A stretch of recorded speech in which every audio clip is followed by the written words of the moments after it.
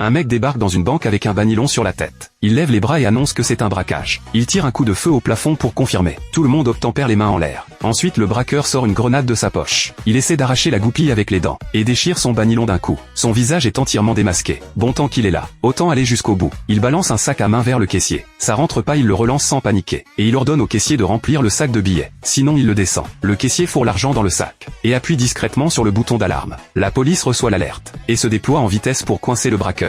Marc voit le caissier qui a fini de remplir le sac. Il lui ordonne de le lui lancer. Sauf que le caissier lance trop fort. Le sac se retrouve accroché à un tube fluorescent au plafond. Marc comprend que le gars le fait exprès. Il saute pour essayer de l'attraper. Mais il est trop petit. Il le touche mais peut pas le décrocher. Marc pointe son arme sur le caissier. Il lui dit que c'est lui qui l'a mis là-haut. C'est lui qui le ramène où ils sautent ensemble. Le caissier monte sur un tabouret et essaie de le décrocher avec un bâton. Jacques à côté jette un œil à sa montre. À cette vitesse les flics sont forcément déjà là. Et effectivement dès que le caissier récupère le sac, les haut-parleurs de la police résonnent dehors. Marc aperçoit une armée de flics par la fenêtre. Il cherche comment se tirer de là en urgence. Mais seul il peut pas s'en sortir. Du coup Marc décide de prendre un otage. Et tombe évidemment sur le malchanceux Jacques. Marc sort de la banque en tenant Jacques en joue. Et là les flics restent bouche bée. Mais c'est pas Jacques le braqueur notoire. Celui qui est sorti de tôle il y a 2 jours. Et qui recommence déjà. Parce que Jacques c'est pas n'importe qui. Il a braqué 8 banques sans jamais se faire coincer. Jusqu'à la 9e où il a mal préparé le coup. Il s'est attaqué à un bureau de change et s'est fait choper. 5 ans de prison ferme. À peine sorti. Jacques voulait vendre l'or qu'il avait planqué avant d'aller en tôle. Et aller ouvrir un compte en banque. Pas de chance, il tombe sur le braquage de Marc. Les flics interpellent Jacques direct. Il vient de sortir et il recommence déjà. Jacques crie qu'il est l'otage. Mais les flics veulent rien entendre. Jacques demande à Marc d'expliquer la situation. Sauf que Marc voit tous ces flics. Et ses jambes se dérobent sous lui direct. Jacques le rattrape de justesse. Et là un flic tire accidentellement un coup de feu. Ce qui déclenche une réaction en chaîne. Toute la brigade ouvre le feu sur les deux. Faut croire que les deux malchanceux ont la vie dure. Ils réussissent à se planquer sous une voiture. Jacques réalise que les flics le considèrent comme le cerveau du braquage. Pour survivre il reprend du service malgré lui. Il crie aux flics d'arrêter de tirer. Sinon il liquide Marc. Du coup les rôles s'inversent complètement. Il fonce vers une voiture pour fuir. Une fois à bord Marc dit que c'est lui le chef. Il veut récupérer son flingue où ils finissent tous les deux. Jacques lui rend le flingue sans discuter. Il prend les clés et tente de démarrer. Mais impossible de passer la vitesse. Marc doit l'aider à la mettre. Sauf que le flingue part accidentellement. La balle se loge direct dans la cuisse de Jacques.